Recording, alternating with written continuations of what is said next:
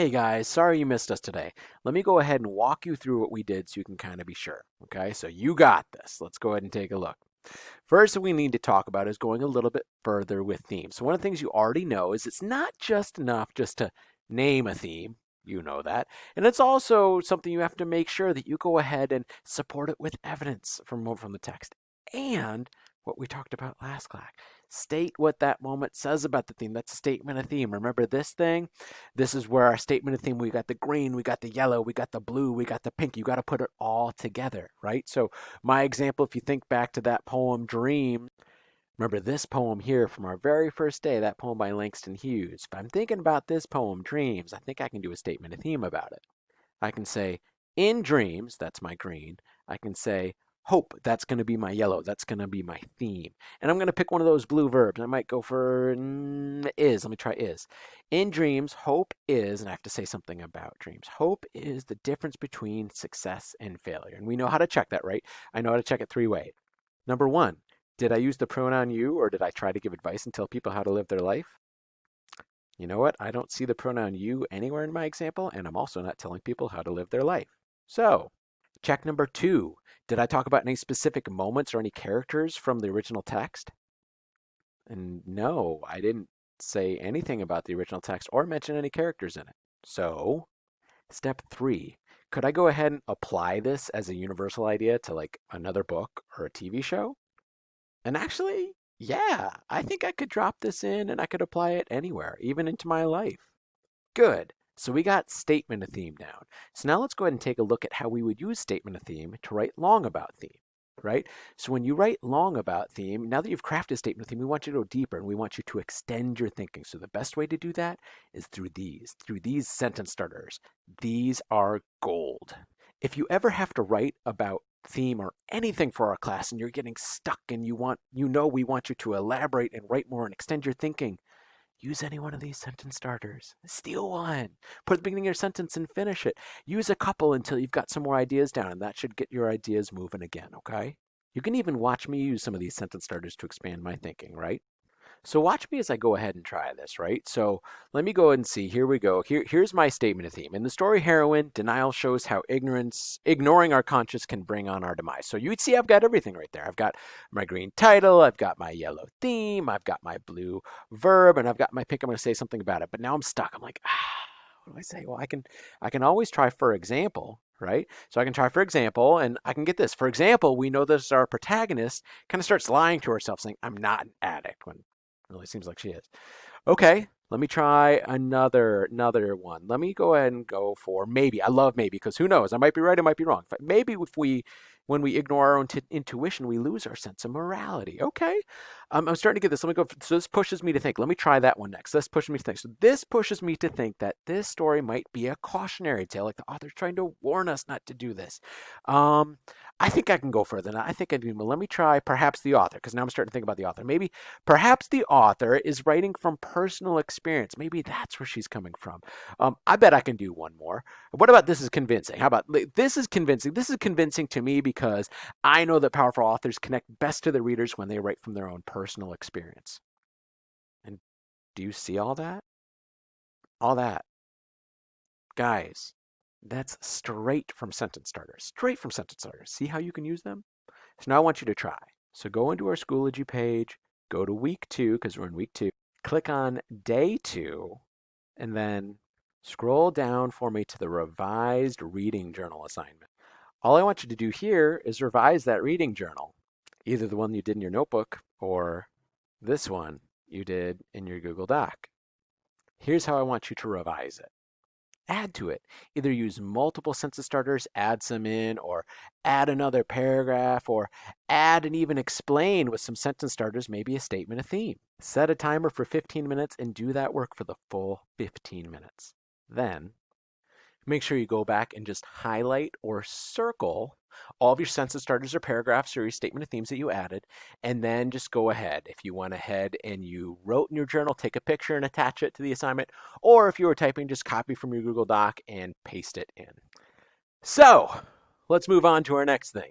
Next, we read a short story of Thank You Ma'am by Langston Hughes. So here's what you're going to do. Go back to Schoology, go back to week 2, go into day 2, and scroll down to our next thing. This is thank you, ma'am. So this is where you have a choice. You can either click on the YouTube link and watch me or listen to me read the story aloud to you, or right here, you can go ahead and read the text yourself, and if you need to pop it out and make it bigger, just click on that guy. But wait! Before you go, make sure that at the end of the story you can come up with 2 universal themes. You know, these universal themes. This will help you out quite a bit. After you read thank you, ma'am, give yourself a minute to take a look at these questions. These ones here. Go ahead and pause your camera. Go ahead and pause this video so you can kind of take a look at these questions and think about them to yourself. Good. Now let's keep rolling. Let's take this a step further, right? We want to talk about how you connect your evidence to the theme. So just plopping down your evidence doesn't necessarily support your choice of theme. You need to explain why your evidence supports your theme. You need to explain your thinking, show your reader your thought process. So here are a few ways to do that. The first strategy I like, and this is a great one to start with, is the blank supports blank because blank. And I'm going to be totally honest. If you're hearing a whole bunch of blanks and you're getting kind of confused, hang with me because I'm going to show you what they look like in an example, okay? So with our first logical leap, I could go ahead and say like, well, the evidence supports the theme because. And if you want to see this in action with Priscilla Newhams, I'll show you. Like I might say, this quote, that's my evidence, supports the theme of bullying because Melvin was, and I can go on and on and on. That's the first strategy, and that's a really easy, simple one to start with. I recommend that one. The second one, little level up if you want to level up, is blank because blank. And don't worry, if the blanks are throwing you off, just hang in here. Here's an example. The evidence is an example of the theme because, and here's what it looks like in action for Priscilla Newhams. This moment is an example of bullying because the cobra, and I can go on and on. Let me show you the third one. The third one's a big level up. You might be ready for it. If blank means or shows that blank, then blank is blank. I know, tons of blanks. Let me put it in action. So this would look like if the evidence means or shows my interpretation of the text, then this moment is an example of the theme because. So to show you what that looks like, if this moment shows that all the other kids left quickly, then the cobra smashing Melvin's head into a locker is an example of bullying because. That's a big level up.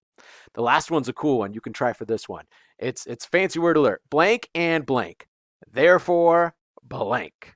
So let me show you what this looks like in action. So you can go ahead and say, this moment shows blank, and the theme means blank. Therefore, this moment shows us that, and give us your statement of theme, right? So if I said like, this moment shows that Melvin is powerless against the cobra, and bullying means to exert unnecessary force to intimidate.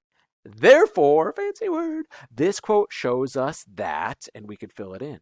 So watch me do this, okay?